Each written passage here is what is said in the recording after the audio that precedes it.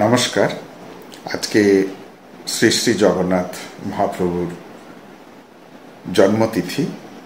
এটাই ধরা হয়ে থাকে যে আজকের জ্যৈষ্ঠ মাসের যে পূর্ণিমা তিথি, তো এই তিথিটাকেই আমরা স্নানযাত্রা হিসেবে, অর্থাৎ আজকে জগন্নাথ দেব, বলরাম দেব এবং মা সুভদ্রা স্নান করবেন, শুধু তাই নয়, এই দিনটাকে আমরা শ্রী শ্রী জগন্নাথ মহাপ্রভুর জন্মতিথি হিসেবে উদযাপন করে থাকি।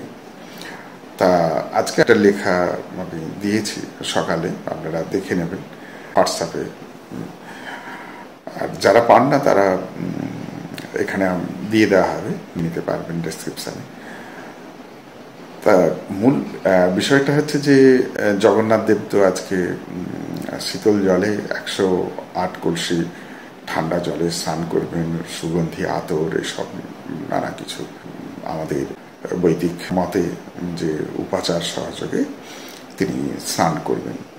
এখন স্নান শেষে যেটা হয় আর কি, সেটা হচ্ছে আজকে কিন্তু জগন্নাথ দেব অসুস্থ হয়ে পড়বেন স্নানের শেষে। আপনারা জানেন আজ থেকে স্নানের পরে আগামী 15 দিন, মানে 14 দিন ধরেই নিন, এই 14 দিন জগন্নাথ দেব কিন্তু অসুস্থ থাকবেন, অর্থাৎ জ্বর হবে, এটা আমরা ধরেই নিই। আমি এই কথাটা কেন বলছি আপনাদের, একটুখানি মজার ছলে হলেও একটু অন্যরকম কথা, তো আপনারা অন্যরকম একটুখানি শুনতে ভালো লাগেন, পছন্দ করেন, এবং সেটা যদি আমাদের বিজ্ঞানের সঙ্গে, ধর্মের সঙ্গে যদি রিলেট হয় আর কি, সেটা আপনাদের বেশি ভালো লাগে। এবার দেখুন, ইতিমধ্যে আপনারা দেখছেন যে আমরা কম বেশি সকলেই শুনতে পাচ্ছেন যে জ্বরে আক্রান্ত, অসুস্থ। জগন্নাথ দেব এর স্নানযাত্রার শুরুর আগে থেকেই অনেকেই অসুস্থ হচ্ছেন, জ্বর হচ্ছে, আবার সেরে যাচ্ছেন।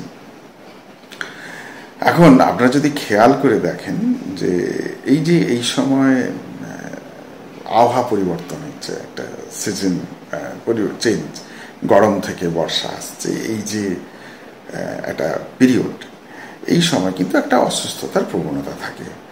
এটা বিজ্ঞানের থেকেও অনেক আগে থেকে আমাদের, আপনি এই জগন্নাথ দেবের স্নানযাত্রা এবং তার পরবর্তীতে তার অসুস্থ হওয়া এবং সেই অসুস্থতার সঙ্গে তার চিকিৎসা, এবং সেই চিকিৎসা কি পাচন গ্রহণ করা, এই যে ব্যাপারগুলো, পাচন মানে অত্যন্ত তেতো। তখন তো এলোপ্যাথি, হোমিওপ্যাথি আসেনি, তখন ছিল আয়ুর্বেদিক, মানে এই গাছ গাছরা এইসব দিয়ে চিকিৎসা হতো। তো সেই পাচন কিন্তু জগন্নাথ দেবকে এই 14 দিন খেতে হবে, তারপরে তিনি সুস্থ হবেন। তো আমাদের যাতে এই জ্বর হয়, মানে এই সময়কার যে ভাইরাল ফিভার হয়, সে স্নান হয়ে হোক কি অন্যের দ্বারা আক্রান্ত হয়ে হোক, যে কারণেই হোক, জগন্নাথ দেব কিন্তু এই সময় কিন্তু আইসোলেশনে থাকবেন। আপনারা এটা এখন আমরা এই করোনার পরবর্তীতে জানতে পারছি যে অসুস্থ হবে তাকে আইসোলেশনে চলে যেতে হবে। আপনি যদি চিন্তা করে দেখেন, জগন্নাথ দেবের স্নানযাত্রা এবং তার পরবর্তী অসুস্থতা, জগন্নাথ দেব কিন্তু এই পরবর্তী 14 দিন কিন্তু আইসোলেশনেই থাকেন, তাকে এই 14 দিন কেউ দেখতে পাবে না। যিনি চিকিৎসক, তিনি চিকিৎসা করবেন, আর যারা তার সেবা করবেন, অর্থাৎ পাচন খেতে দেবেন, পথ্য খেতে দেবেন, তারা ছাড়া তার কাছে আর কেউ যেতে পারবে না। সেটাও বিধি মোতাবেক, অর্থাৎ তারাও জগন্নাথকে সেভাবে দেখার ব্যাপারটা থাকবে না। অর্থাৎ এই যে আইসোলেশন, এই কথাটা, এবং আপনারা শুনেছেন যে অসুস্থ হলে বা একটু অসুস্থ, কোয়ারেন্টাইনে তাকে পাঠানো হয়, 14 দিন তাকে আলাদা করে থাকতে হবে যাতে না তার থেকে রোগ ছড়ায়। স্বয়ং জগন্নাথ মহাপ্রভু কিন্তু, আপনি জানুন বা না জানুন, এটা বহু আগে থেকে, ঠিক কবে থেকে আপনি ওই শতাব্দীর হিসাব দিয়ে, বঙ্গাব্দ, খ্রিস্টাব্দ, এসবের হিসেব দিয়ে কিন্তু আপনি একে রিলেট করতে পারবেন না, কিন্তু এ বহুকাল আগে থেকে হয়ে আসছে। অর্থাৎ আপনি অসুস্থ হলে আপনাকে নিজেকে আইসোলেশনে যেতে হবে, জ্বর হলে, অর্থাৎ ভাইরাস যাতে না ছড়ায়, আর বাকিরা তার থেকে দূরে থাকবে যে জগন্নাথ দেব এই যে 14 দিন তিনি যদি এই 14 দিনের মধ্যে সুস্থ হয়ে ওঠেন, তাও তিনি কিন্তু কোয়ারেন্টাইনটা মেনটেন করেন, অর্থাৎ 14 দিন তিনি কিন্তু জনসমক্ষে আসেন না। এটা কিন্তু বার্তা। আপনিও যদি সুস্থ থাকতে চান, আপনি অসুস্থ হলে আপনিও জগন্নাথ দেবের মতো যদি 14 দিন পাচন খেয়ে থাকেন, এবং জগন্নাথ দেব যে 14 দিন এই পথ্যগুলো খান আর কি, যেগুলো ডেসক্রিপশানে দিয়েছি, তো সেগুলো যদি আপনারা খেয়ে থাকেন কিন্তু আপনারা নিজেরাই সুস্থ হয়ে যাবেন। কিন্তু মুশকিলটা হয় কি জানেন, আমরা চাই আজকে অসুস্থ হয়েছি, আমরা কালকেই সুস্থ হয়ে যেতে চাই, স্বাভাবিক জীবনে ফিরতে চাই, কিন্তু সেটা হয় না, সেটা সম্ভব হয় না। আর আমাদের সেই ধৈর্য থাকে না, আমরা খুব অল্পেতেই অস্থির হয়ে যাই, অধৈর্য হয়ে যাই, আশঙ্কাগ্রস্ত হয়ে যাই, শঙ্কা আমাদের ভেতরে চলতে থাকে, আমরা উদ্বিগ্ন হয়ে যাই। এই সব করে আরও কিছু কেমিক্যাল কম্পাউন্ড শরীরে নিয়ে আমরা কিন্তু নিজেদেরকে আরও বেশি অসুস্থ করে তুলি। কিন্তু স্বয়ং জগন্নাথ দেব স্নানযাত্রা, তার অসুস্থ হওয়া, এসবগুলো কিন্তু যেমন ভগবান শ্রীরামকৃষ্ণদেব, তিনি স্বয়ং ভগবান, তার এসব কিছুর করার প্রয়োজন পড়ে না, কিন্তু জীবনে যা কিছু দৃষ্টান্ত রেখে গেছেন, স্বয়ং ভগবান অবতার রূপে জন্মগ্রহণ করে তিনি এসব করছেন।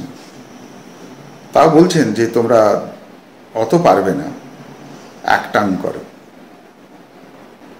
ঈশ্বর বাকিটা তোমার দিকে এগিয়ে আসবেন। জগন্নাথ দেব স্বয়ং ভগবান, তার আবার জ্বর কি, তার আবার আইসোলেশন কি, তার আবার কোয়ারেন্টাইন কি, কিন্তু এসবগুলো অনেকদিন আগে থেকে দিয়ে গেছেন আমাদের।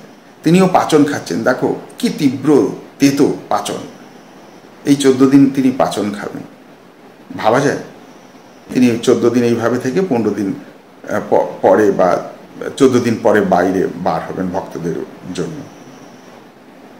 তো এই যে বিষয়টা, এবং তিনি এই কদিন কি কি খাবেন পাচনের সঙ্গে সঙ্গে, সেগুলো আমি মোটামুটি কিছু কিছু ডেসক্রিপশানে দিয়ে দিয়েছি। সেগুলো নানা ধরনের ভোগ তাকে নিবেদন করা হবে, কিন্তু সেটাও তার শারীরিক অসুস্থতাকে কাটিয়ে ওঠার জন্য। নিত্য দিনের যে ভোগ, এক্ষেত্রে কিন্তু সেটা তাকে দেওয়া হবে না। তাহলে বুঝতেই পারছেন, স্বয়ং ভগবান যদি অসুস্থ হলে তিনি এরূপ অবস্থার মধ্য দিয়ে যান, তিনি এগুলো মেনটেন করেন, তাহলে সাধারণ ভক্ত, সাধারণ মানুষ হিসেবে আমাদের কি করণীয়, আমাদের কি পালনীয়, বুঝতেই পারছেন। অতএব চেষ্টা করবেন বেদান্ত বিজ্ঞান নির্ভর।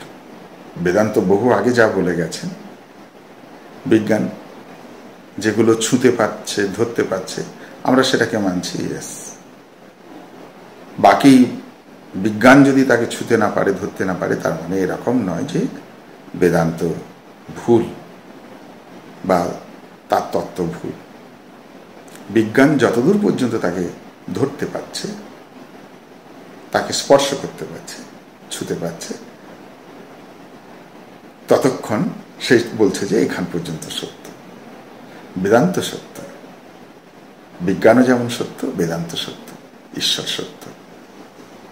নমস্কার, সবাই ভালো থাকুন, আনন্দে থাকুন।